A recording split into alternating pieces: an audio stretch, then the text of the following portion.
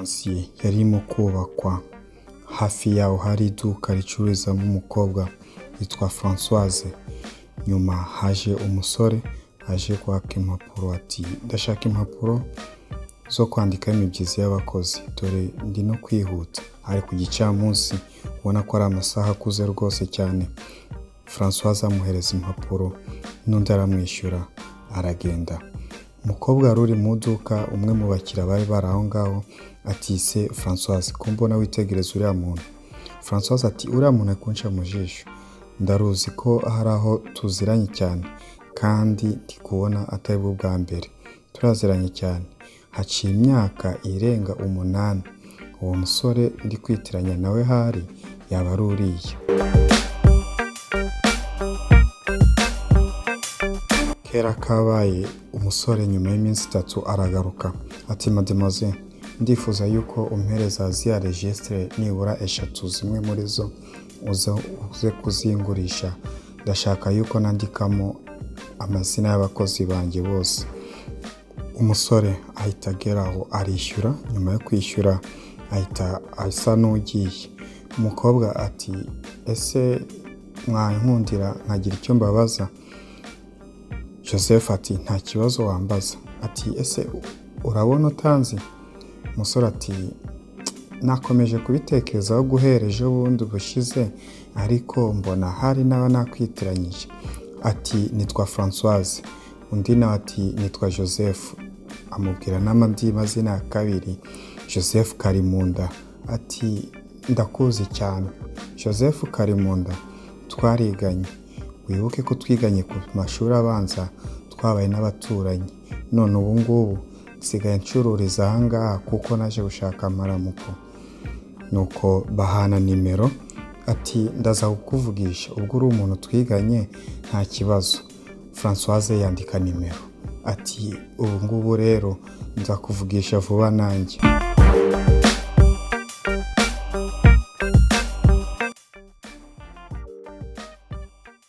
Françoise hashize iminsi itarenze ingahe nayo haba weekend ibiraje. Wibuke ko hari hashize iminsi 3 baramenyanye. Nuko Françoise ati uraho Joseph? Joseph ati muraho. Ati se muri bande? Ati ni Françoise, umucururiza hafi yo kwishansiye yaho ukorera, iyo ushinzwe, kuko ndibuka warageze n'inshuro nk'ebyiri uje gushaka ibikoresho birimo amakaramu ndetse n'impapuro n'amaregistre. Nuko Françoise amaze kumwibwira birangira. Françoise ati ese ubundi ho Joseph, uraruzi ngo tuburane imyaka myinshi, imyaka irenga 7 yose, none se uzabona akanya ryari ngo tuganire? Yahise amubwira ati yewe nta kibazo, uyu munsi turi niba uyu munsi turi kuwa gatandatu ntacyo, dimanche nimugoroba twaganira, bitabuje kuba saa 11 saa 10 twahura. Françoise ati nta kibazo, nzakinga iduka nze kukureba. None wampa adresse yaho tuzahurira? Arahamurangira, hari hafi yaho.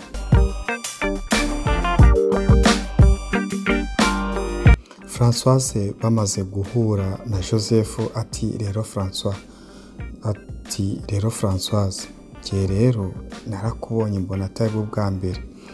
Françoise ati rero umva Joseph, nanjye ubwanjye nanze kwirirwa nkubaza byinshi, mbona hafi yaho wari uri naho twari duhagaze hari abantu benshi, none umva rero nkwibutse. Françoise ati ngiye rero wibuke ko ari wowe wanteye inda, ubu nkaba waransize nari naratwite inda y'impanga, umuhungu n'umukobwa. None ubu ngubu rero Joseph, ubu ndizera ko ubyibuka byose. Watumye nshikiriza amashuri, abana ubu ngubu ni bakuru batangiye ishuri, ninjye uri kurwana n'ubuzima, ndeba ko wenda mu rugo bazanzamuka bakagira aho bigeza. Imitungo imwe n'imwe yagiye igurishwa kugira ngo abana batagira ubuzima bubi ariko data na mama barabyihanganiye, nanjye inyiturano ndimo kubaha ni ukubafasha kugira ngo ngaruze bimwe mu byo twatakaje. Wowe waragiye ushyira agati mu ryinyo urangiza amashuri ukameza na za kaminuza, yewe dore ndabona unakomeye. Joseph ati ndabyumva kandi ibyo mbwiye koko, ibyo byose nta na kimwe mbeshyeye, niba hari icyo wibeshyeho sinzi, ariko byose ndabyemera, ibyo ni ibyanjye, ni amakosa ninjye wayateye. Nyuma y'igihe kirekire Joseph hamwe na Françoise bakomeje kuba inshuti, bigeraho arasubira yisanga yamuteye inda. Ubwo birangira Françoise amubwira ati rero urabizi Joseph, burya si buno ubu ngubu tukabana. Joseph yamaze kumva icyifuzo cya Françoise ko ari ukubana, ubwumvikane bwahise butangira kuba buke. Françoise ati rero nkagera imuhira iwanyu nkababwira uko byagenze byose, ubu ngubu ndumva ubu burya si buno, ubu rero nta kindi, uri umugabo udaterwaho undi nta kundi. Françoise yageze kwa ba Joseph, ababyeyi bamutera utwatsi bamwamaganira kure, iwe baratongana biracika.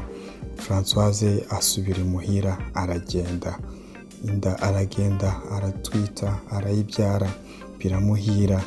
We na Joseph ntibongeye gucana uwaka nanone, yewe n'ababyeyi nuko bose bibura gica.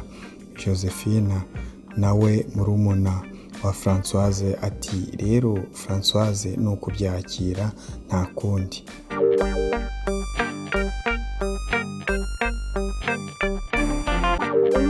Nyuma y'igihe kitari gito imiryango yombi idacana uwaka, haba na Joseph na Françoise ntawe uvugisha undi. Joseph yaricaye yicara n'ababyeyi be ati rero babyeyi, naricaye natekereje kabiri nsanga ibyo ndimo harimo no kwibeshya, ahubwo umwanzuro nafashe ni ukuzashakana na Françoise. Ababyeyi ba Joseph barumiwe, birangira babaye nk'imbeba iguye mu mazi, babura ayo bacira n'ayo bamira. Mu by'ukuri kubona umwana w'umukobwa batonganyije nawe bakaza aho bagatongana bigacika, ku musozi bagahagarara, byarangiye ari ugiye kubabera umukazana.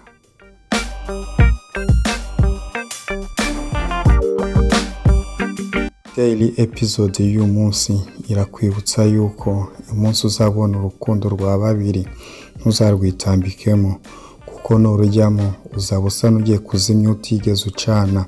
Ibyo rero ni ukujya ubigendera kure, ni bakuru bazakugisha inama aribwo bagira inama, ariko nushaka kujya mu ruhande rumwe karugamiraho uzisanga uri gucisha umutwe ari uzaza kukubera hafi yawe akagukwena. Uzirinde kwitambika mu rukundo rwa babiri, ni nko kujya kuzimya utigeze ucana nk'uko nabikubwiye.